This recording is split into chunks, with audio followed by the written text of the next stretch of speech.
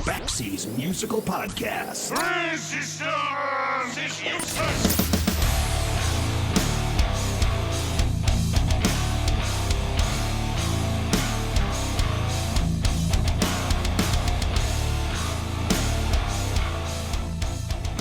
It's hard to imagine what the business of music would look like today without a handful of visionaries emerging along the way. While it's hard to overstate how much the record industry has changed over the decades, there was once a time where the major record labels would become the gatekeepers in choosing which artists would get signed, make records, get played on the radio, and then ultimately get paid. That model, while financially successful for many years, would often overlook emerging trends and upcoming artists simply because of the financial risk involved in backing unproven commercial viability of the unknown. From a business point of view, I suppose that makes perfect sense. But from an artistic perspective, maybe not so much. Occasionally, though, there have been some people who saw things differently. People who believed that the primary purpose of the record industry was not always about what would make the most amount of money. Instead, there were some who were far more focused on the music itself and the people who were making it. One such company was started in Jamaica by Chris Blackwell in 1959. The name of that record company was Island Records. And in a very brief period of time, Chris Blackwell would go from selling reggae albums out of the back of his car to becoming the single most successful independent record label in the world.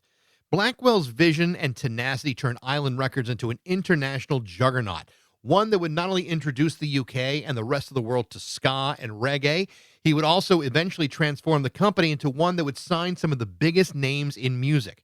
But Island was more than that. Island would eventually diversify itself, branch off into different record labels, and seal distribution deals with others so that they could focus on different artists and genres in different areas of the world. By today's standards, that may not seem like such a big deal, but at the time, it was a pretty groundbreaking approach, one that would change music forever. This is a company that at one point on their roster included Bob Marley, Traffic, Roxy Music, King Crimson, Jethro Tull, Bob Dylan, Bad Company, Def Leppard, Brian Eno, Jimmy Cliff, Burning Spear, the Tom Tom Club, the Fairport Convention, Toots and the Maytals, Amy Winehouse, Anthrax, Blind Faith, the Spencer Davis Group, Bon Jovi, Elton John, Elvis Costello. The list is virtually endless. In 1989, Chris Blackwell sold Island Records, but by then his legacy was firmly cemented in pop cultural history. It's simply an amazing story about how an amazing company completely changed music as we know it. What hadn't been done until now is a full documentation of every song and every album produced by Island Records since its inception. But that recently changed following the release of the first of a multi-volume book series entitled The Island Book of Records, which has just been edited by the former head of press for Island Records, Neil Storey.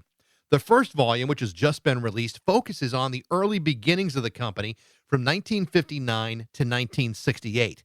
This is an exhaustive undertaking that leaves absolutely no stone unturned. It's a fascinating book that not only looks at Island's entire output over the course of those first 9 years, it also highlights the company's most pivotal moments and most significant signings and releases, with each subsequent volume of the series digging deeper and deeper into the Island story, including the second volume, which is set to come out later this year.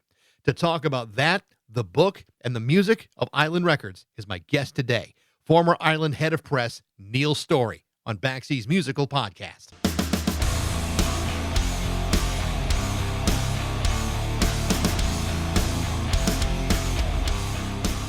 Congratulations on the release of the first volume of the book. It's amazing. And I mean, as I'm leafing through it the other day, it's like, you know, just based on what you've done in that first volume, this just had to be an exhaustive project to tackle. Tell me about how this even began. How do you even start something like this? It sounds like the easiest question of all to answer. It's actually incredibly difficult. It began because I was alone on a February evening in, God knows when it was, 2005, 2006, something like that, in France, where I live. And I was watching the TV, and there came up this TV program where the producer had decided, for reasons that I have never been able to figure out, that each of the performances that I watched or that he was playing out had to be captioned, and the captions were all wrong. And how did I know that? Well, because many of the groups portrayed on this program I'd worked with, and I knew the history. And I thought, well, that's ridiculous. But the point being that this would go down as fact. And I thought, well, wait a second, this is nuts. And quite a few of these were island artists. And I thought, no, I can't be having that. So incredibly slowly, I started to evolve this idea of what the Island Book has become, or the Island Book of Records project has become, which was to basically tell the story of every record released through the eyes of the artists or the people associated with the records. Anyway, fast forward a bit, and I've known Kelly, who was co-founder of Spooky Tooth. You may also know him from The Only Ones and so on. And I'd known him since I was 17, and we'd met. It's too long a story to go into how we'd met, but anyway, we met, and on and off, and really on and off, we'd kept in touch over the years.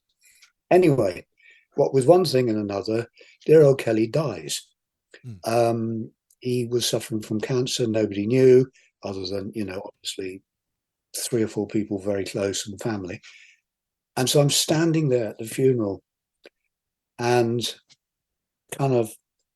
suddenly, this sounds so trite, but it's not meant to be trite. And it suddenly dawned on me, I'd never, ever have another conversation with him. And Kelly was one of these people, and I'm sure you've come across them doing what you do, where you meet some people or you interview some people and they've got this phenomenal recall, really amazing recall of, oh, I was there with blah, blah, blah, blah, blah. And slightly to one side, the person I know who has better recall than anybody is the one person you wouldn't imagine, and that's Marianne Faithfull. All those drugs, all that drink, all that, everything, and she has the most incredible recall. Anyway, back to Kelly. And it suddenly dawned on me, I'd never, ever get to talk to him about when Captain bought what basically were the basement tapes back from America, Creamer Out on the Road. And he sat there with Steve Winwood and Kelly and various others, and they played. It's the first time this stuff had been heard. But Kelly could pinpoint exactly what happened. Never again were you going to have conversations like that. And that was the moment when it suddenly went into kind of proper focus. And it was like, no, this has to be done. And, there was nobody backing it. There was nobody saying, no, you can't do it. So I just got on with it. It's really interesting that you bring that up, because I think one of the things that's important about documenting, this period of time with Island, and then, really reflecting on it, piece by piece and individual recording by individual recording it's not necessarily just what Island represented, but with the business of music being what it is today and with people getting older, it's easy to lose sight of the importance of what companies like Island represented to people and our culture, musical culture and in other ways too. I think that's kind of what you're saying. Those stories fade over time, and to not have that documented would really be a shame, especially something that had such a great story and history like Island Records. It's for me, it's the equivalent of being offered the opportunity to interview Rembrandt or Renoir or Matisse or Mozart and go, yeah, you know what? I think I'll do that next week. People are dying. Yeah. And we're watching a generation pass. If you think back to the First World War, that is so little documented in comparative terms to what really happened. Why? Because people didn't bother, and then suddenly it was too late. I'm not suggesting by any stretch of the imagination this is on a par with that, but what I'm trying to explain is how I see this being as important as it actually is. One of the things that occurred to me during looking at the book is that the next 3 volumes of this series take you through the history of Island Records in 2-year intervals, which is Yeah. remarkable, 69 through 70, 71, 72, 73, 74. And the meteoric ascendancy of a company like this in those first 15 years of its existence is unlike anything I don't think any of us have ever seen. And so to leave that undocumented would be a shame, but it really shows you the importance of this company and really what it meant to the entire world. The UK first and then the world, but you're correct. Secondly, you can't give minimal space to albums that were coming out. We're now talking about the second volume, which we're working on at the moment. For what it's worth, I'm sure I know it'll be heavier because we're already at 450 pages. It'll be very pink. But how can you not tell the story of, for example, John Barleycorn Must Die, In the Court of the Crimson King, over pages? There's a lot to say. People have got a lot to say. These were groundbreaking records. They really were, and it's, those stories have to be told. You can dig out bits from this website, this book, that book, but it needs to be all gathered together. Plus, obviously, where we possibly can, we use contemporary interviews. It's interesting that you brought up King Crimson because you look online, you look on YouTube, for example, and you can read stories about how groundbreaking they were in 1968, 1969, to the point where, other bands were like, just, they couldn't believe what they were seeing. But there's so little documentation of their live performances. I mean, other than the first album, it's nearly impossible to see what that band was like live. So much has been removed. And so I'm glad you brought that up, because I think that's one of those bands that I don't think people can even remotely understand until they have had that exposure of the first iteration of that band live and then on album, and really the power of King Crimson. It's incredibly difficult to convey what that was like the very, very, very first time you heard it. For me, it was off of the Nice Enough to Eat sampler, and that was Schizoid Man. And I remember where I heard that. I was at a friend's house. He just got this. Or no, I got the record, but I hadn't played it, because the idea was that I'd go and get the record and then we'd have our first listen through at his house. I think maybe he had a better stereo than I did. Anyway, we dropped the needle on and there it was. And this was like music from bloody outer space. And it was, although personally speaking, that's not a favorite track on that particular record, but that basically meant an immediate trip to the record shop to go and get the full album. And then you look at the cover and it's like, where the hell is this coming from?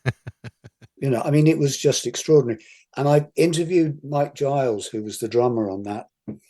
And what I didn't really know about was the technical aspects of all of that.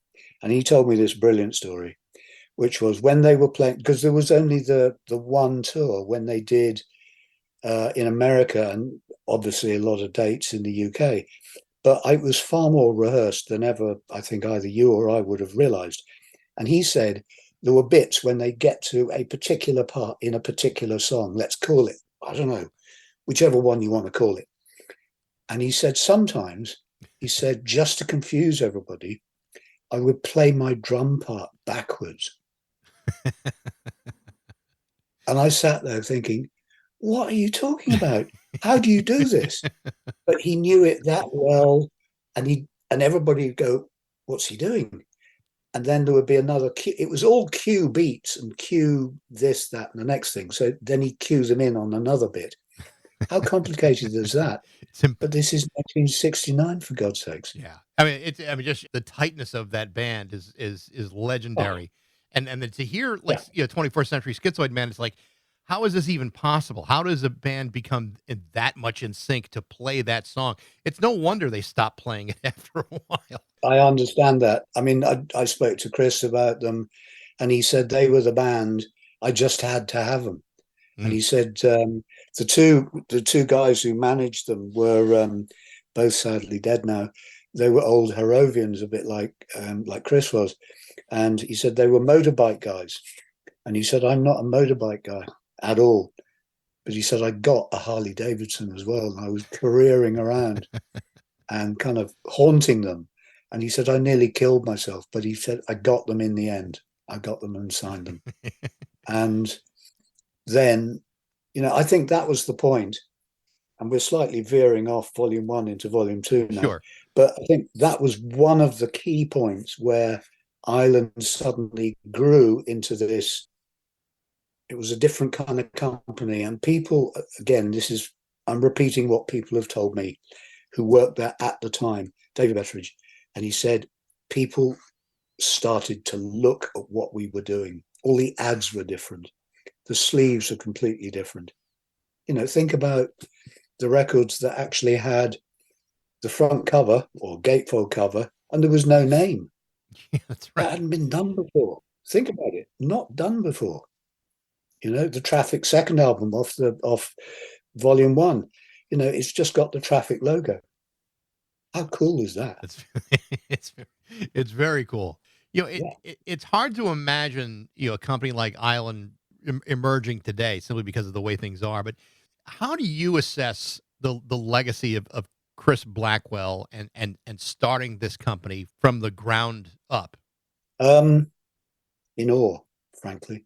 I mean, you've got to go back to the beginning, which is that, he was importing Jamaican 45s into the UK and he was selling them out of the back of his car. So this is how small it was. And then David Betteridge became involved and they split London between the pair of them. And David had a minivan and CV had a Mini Cooper. And he took one part of London. David had the other part of London. And when they could afford another pressing, then they had records pressed up at Orlake, I think it was, at the pressing plant. They go down there, they pay, everything was cash, and they would sell their records into the record shops. And there was no airplay, there was no advertising, there was no nothing. This is, so if you think in terms of that's where it really began, very few people realize how skinny an operation this was. Yeah. Really how skinny it was. And then you look at how it then gradually became, and the stepping stones, if you like. There was the signing of the Spencer Davis Group, which basically means Steve Winwood, then the formation of Traffic, and that becomes the first of the, if you like, cornerstones. Then you move on a little bit. The next cornerstone was the signing of an artist who was already signed to Decca, or DRAM, I should say, which was Cat Stevens. And Chris didn't even want to meet him. Did not want to meet him at all. And eventually he got, again, it's a long story, so I'll keep it brief, but eventually he said, all right, okay. He can come and play me some songs. And the first song he played and the second song he played, yeah, that's all right. It's okay. It's not bad. Third song was Father and Son, which was from became part of a Tillerman album. And he said, that's it. I want to sign you. How do we get you out of a DRAM deal? Asks Cat Stevens, or how do I get out of that? And he says, Chris said, what you do is you go and tell your A&R guy, whose name I should remember, but I don't. You go and tell him that the next record you want to make, your heart is absolutely set on this, but it's with the Royal Philharmonic Orchestra, the Royal Philharmonic Choir, and you want the extended version of the orchestra. And the A&R guy will say, I can't do this. The budget is just going to be too steep. And you have to say, look, my heart is set on this. This is what I want to do. And eventually they'll let you go. Pretty smart. Yeah. And then Cat Stevens got signed. Then obviously it's Bob Marley. I mean, what can you say? And then ultimately the fourth, if you like, of the cornerstones became U2. I was watching the 2009 documentary, Keep on Running, the 50 years of Island Records. And one of the things that, you read this about Island too and about Chris Blackwell. One of the things that he is credited for is introducing reggae to the UK. But, one of the things that that allowed him to do that successfully was there was a major immigration of Jamaican citizens to Europe, and particularly to UK, and the luck of having that opportunity to take these records and bring them to England, and then to sell them, and then as the years go on, and like there was a two-tone movement in Great Britain in the late 70s, early 80s, who really it integrated people in a way that had never been done before. I mean, to me, that's a very big part of his legacy too, is that he took this great music that no one had ever heard before, the Toots and the Maytals, and turned it into like a cultural phenomenon. It's a shame that we didn't quite experience the same thing here in the U.S., but in Great Britain, it's an undeniable part of that musical landscape.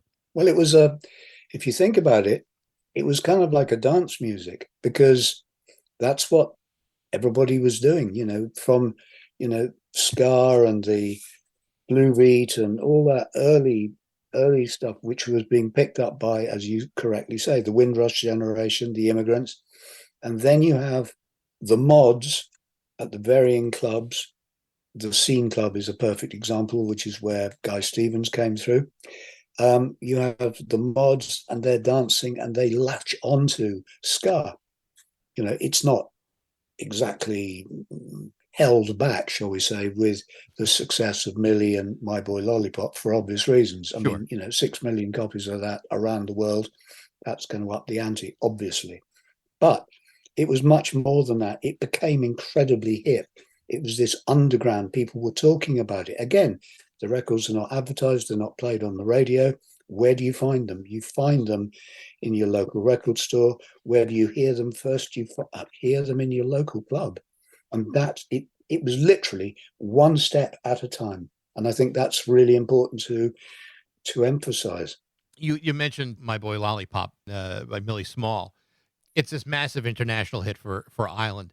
Was there any way they could have foreseen what that song was going to become back in 1964? Was it a surprise to them that it was so successful? Oddly enough, Chris has always said he knew the moment they had the final playback that it was a gigantic hit. And that is why he didn't release it on Ireland, but he licensed it through to Fontana. Because at that point, Ireland was such a skinny little label, it just did not have the clout. It didn't have the resource to handle a hit like that. Where Ireland starts to kind of fraction a little bit and divide, some of its assets, like Fontana. I mean, that wound up being a pretty big decision. I would think there would always be a temptation to try to do whatever you could for a hit like that, even if it was at the risk of the company or the risk of that particular hit. A pretty bold thing to have done for Chris Blackwell. Yeah, I agree. I think it is a bold thing. However, I think it's also a very savvy thing, knowing when, I suppose it's a bit like, if you're a gambler, the moment where you have to stop. You keep on putting stuff down on red all night and red's not coming up.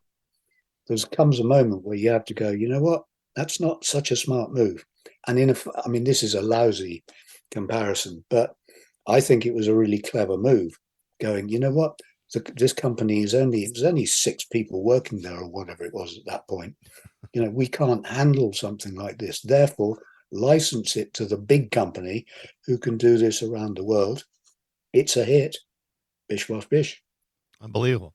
Your background is that you were involved, I think, the former head of press for Ireland at one point, which would put you in a pretty unique position to become the de facto historian for Island Records. How did you get involved over there? How did you get into it? Well, I was working for EMI before that, and we had monthly sales meetings on all of the different areas, different territories of Britain. You'd have your monthly sales meeting, and ours was in the south of London, in a town called Horsham. And the island sales manager, would appear every month. And this was the moment of all these meetings that I really, really looked forward to. And because, basically it was kind of stuff that I wanted to hear, as opposed to, some kind of anyway, Manuel and the music of the magical mountains or stuff, which the shops weren't particularly interested in. Anyway, and he opens up his briefcase, puts this white label on the deck, cranks up the volume to as high as it'll go. And that was the first time I heard Bob Marley. And that was Concrete Jungle, first track off of Catch a Fire. And I sat there and I went, oh, shit. I need to make the move. I have to do this now. This is where I need to be. Anyway, everybody around the table was sitting there going, you know what, this isn't going to sell. Why isn't it going to sell? Because you've given us a cover that looks like a Zippo lighter, and reggae records only sell if you've got a half nude female on the front, and you're not giving us that. This is not going to sell. And I'm going, and the guy who was sitting there was looking more and more dispirited, and I'm thinking, no, this is something else. I didn't know what it was, honestly. I didn't. There's no point in kind of over-egging this. I had no idea what I was listening to. I just knew I was hearing something that was absolutely, utterly groundbreaking. Anyway, little while later, I got a, this is way before days of emails and mobile phones and stuff. So I got a call one evening at my house, and it was the sales guy, and he said, "Look, we're going to be putting an island sales force together. Would you like to be part of it?" So I said, sure. And he said, could you come in and talk to me about it? And I'll kind of go through everything. Anyway, I got there, I don't know, 6 o'clock in the evening. And he said, I don't want to do this in the office. Can we go to the pub? And I thought, this is rather refreshing. And he said, okay, so we get in his car, and we literally got, I can tell you, the place on the road. And we sat at a set of traffic lights, and he turned. England, you drive on the right. He turned and looked at me left, and he said, do you want the job? And I went, yep. And that was the interview. And I was part of Ireland at that point. And anyway, so it's a much longer story than that, but that's how it began.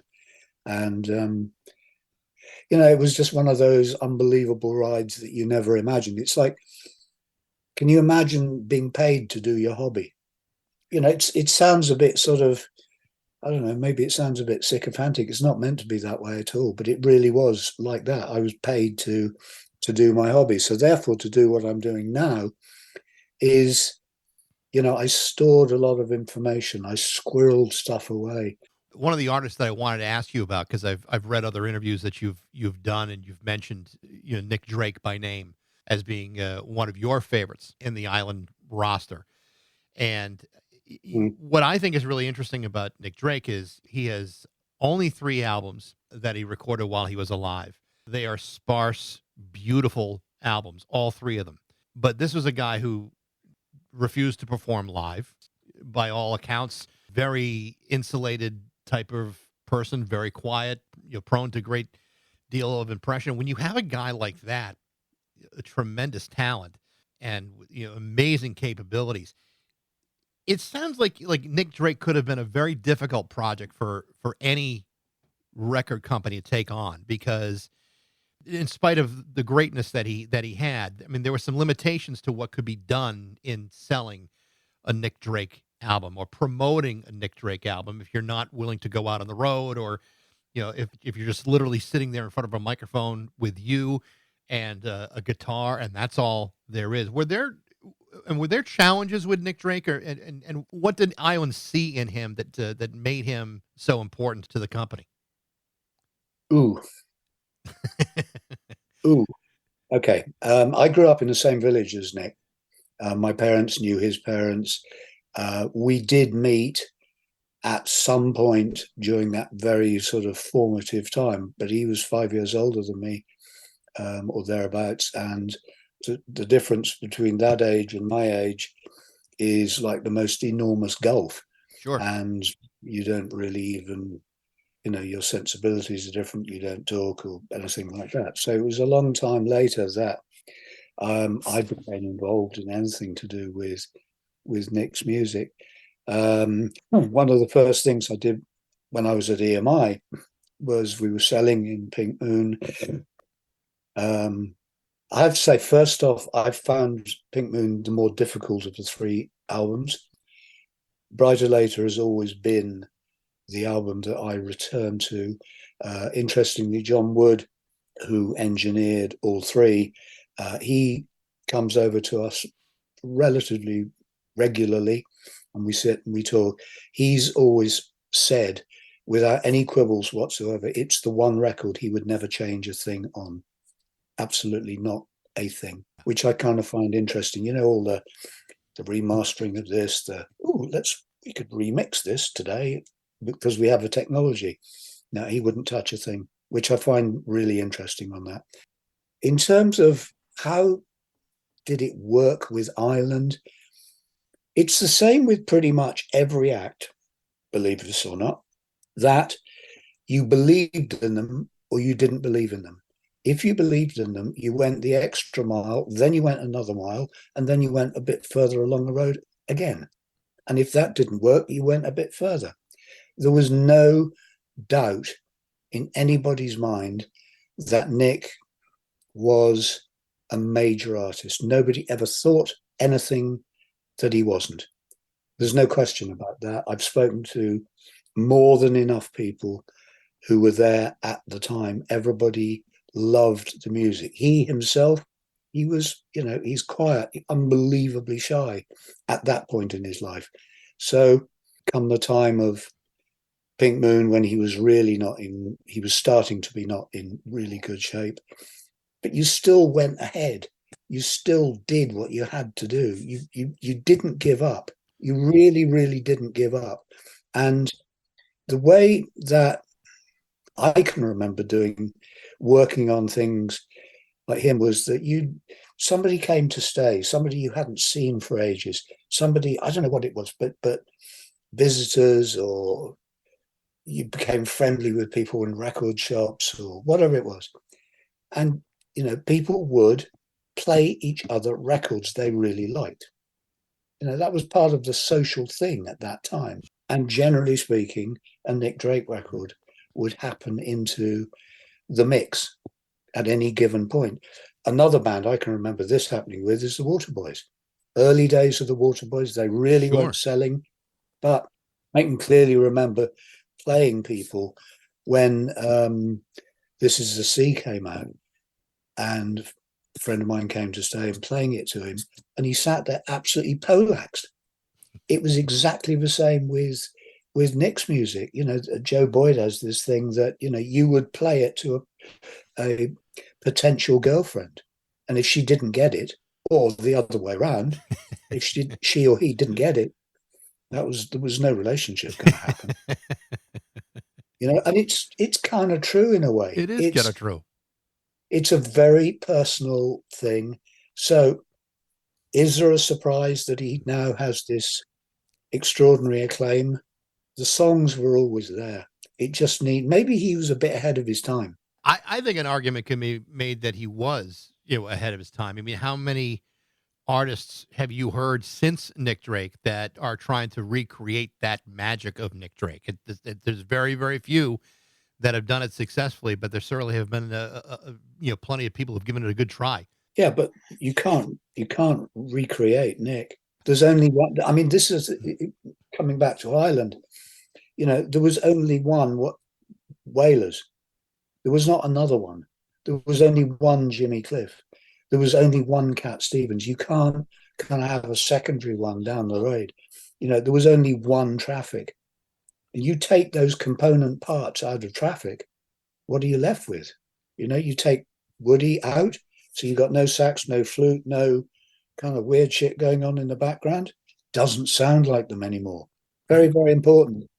So, Spooky Tooth are the same. So in a funny sort of way, we never ever thought about, this isn't being successful. It was about, how do we keep going on it? And it didn't matter the fact that somebody's not giving you all the help that they can, because you had to accept, the artist came first. That's the most important thing. Nowadays, you don't get that. tell me there is a record company out there that actually puts its artists first, because there really isn't. Well, I want to ask you about that because the music industry as a whole has taken a real beating over the years, and a lot of it is self-inflicted. Yeah, and it's whether it's the technology that's come by over the last 20 years, or the lack of foresight, or whatever it may be, whatever it was.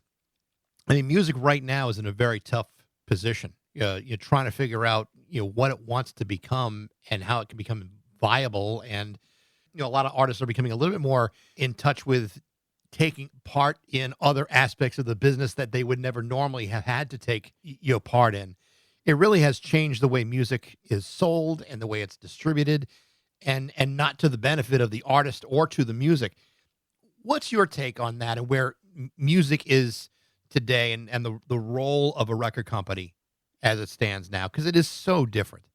Well, all I can tell you is I'm kind of happy that I don't work for and haven't worked for a record company for a very long time, because I tend to think that I'm unemployable in that respect. God, it's such a difficult question to answer. What is the role of the record company today? Well, all I can tell you is it's not the role that, in my view, it should be, which is nurturing the artist that they've found. To my view, it is not dressing them up in the latest outfits coming off of wherever is trendy. What's the one thing that will last forever and ever and ever after the singers have gone, the music, the bands have gone? What's the one thing that lasts forever? It's the song. They, in my view, should be nurturing the writers and the artists to create a new, whatever it is, ash of songs that just aren't there at the moment. I can't think, frankly, of anything I've heard in the last 20 years that I think I'm going to be listening to in 30 years' time if I'm still around. Really, I can't. You can list out hundreds of records, so it's pointless even trying to do that. But you have to give people the time. U2 would have been dropped without question after the second album because the second album didn't sell. Why wasn't it? Why weren't they, rather? Because there was two factions in Ireland at that time. There was the faction that believed in them, and then there was another faction headed by the then MD, who lost the job. Yeah, I think that this is such a self-inflicted wound with the music industry, and I think like right now we've taken formulas and just tried to reiterate them over and over and over again, and regurgitate things that have worked in the past, and we've lost our way into believing, well, if it's a good enough song, then all of a sudden people will start buying records again. When people can stream very easily, and it the financial aspect of it has changed the landscape too. Sure, but 2 points on that. One, does the artist earn out of streaming? Answer, well, we know what the answer is. Secondly, you, the streamer, what do you get? You get the song compressed heavily. Yes, you can play it on your whatever it is device, but that's it. So you're not creating any kind of an experience for the listener. Where are the sleeve notes? Where are the pictures? Where are all those things that could be put up online with Spotify, whatever the other streaming companies are called? Yeah. Yeah, but all of them could actually go, you know what? We could make this better for the end user, for the consumer. Then you do something like that, then the artists who hate the idea of streaming will go, you know what? Actually, they're making it all right. It could work for everybody, but it's not. And at the bottom of that is, in my view, is an attitude which is, in inverted commas, that'll do. They don't need this. They don't need that. That'll do. We've got the music out. That's fine. Well, believe you me, I don't. Why do I want to stream stuff? I don't. I know there's another generation that are, but for God's sakes, make it a pleasurable experience. You remember the days when you bought records for the first time and you sat there with your album on your lap, and you'd read the notes, you'd look at the pictures, you'd do this. It was a real experience. Now there's no experience. It's a fleeting moment. You're in and out of that moment, and to not have the joy of a physical item to follow along, read the lyrics or read the notes. Or I totally agree with that. It is the art of it all has been nothing more than a lost art. That's, to me, it's the biggest shame in music is only relying on like the digitizing of music as opposed to having that physical media that, to this day, I can't, I can't part with any record or CD that I own. I can't do it. I don't want to do it. To me, those moments in your life when you get that and that excitement of opening up that record and experiencing it for the first time, those are real joys in a person's life. And they couldn't agree more. Stick with you forever. Yeah, they do indeed. And also, it's a bit like, you start at the first track and you finish at the last track. It's a bit like, but no, nowadays you can do it, turn it arse about face. Oh, I don't like that one. We'll ditch that. And fine. But what you're missing out on is the entire story. Now, you buy a book, you start on page 1, you finish on page 371. You don't skip bits out. I don't know. I mean, I just think I think the record companies, you're quite right, everything has changed. Great, let's embrace that change. Fantastic. But for God's sakes, let's start doing things with other people in mind as opposed to the profits. Yeah. There's more to life than that, I think.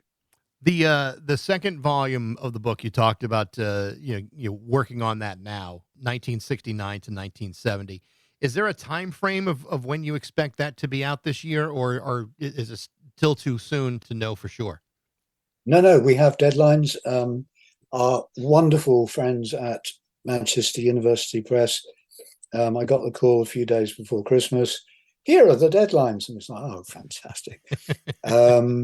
So, yeah, I know when we have to deliver final files. And the idea is that this time round, it was kind of staggered in terms of publication. It published a good 6 weeks early in the UK compared to your country. So the idea, I think, this time round is that everything is, revolves around a single date. I kind of roughly know when that is. Let's just say it'll be, I think, either late October or very, very, very early November.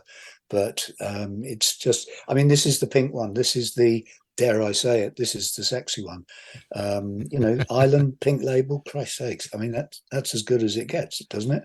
The first book is really beautiful, Neil. You mean it's something to be truly proud of. You've done a wonderful job documenting. Well, it's Jane. It's Jane who's designed it.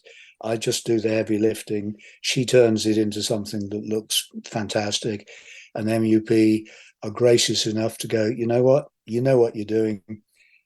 Just hand it in. And yeah, there's a couple of errors on it, but you pull something like that together, I'd be amazed if there wasn't. Neil, it's been a pleasure talking to you. I can't wait to see the second edition, but I appreciate the time today. It's been great, actually. And sometimes I kind of really look forward to actually having a chat about this. And sometimes I kind of go, you know what, this has been a really, really good conversation. I've really enjoyed it. Thank you. Thank you, Neil. The Island Book of Records, 1959 through 1968, is available now through Manchester University Press, with the second volume focusing on 1969 through 1970 coming out this fall. Thanks for listening. I hope you enjoyed it. If you did, feel free to like it, share it, review it, tell all your friends about it. You can get all the regular updates on Facebook, Instagram, and TikTok. You can also email me at bax@rock102.com. I'd love to hear what you think. And thanks again for listening to Baxie's Musical Podcast.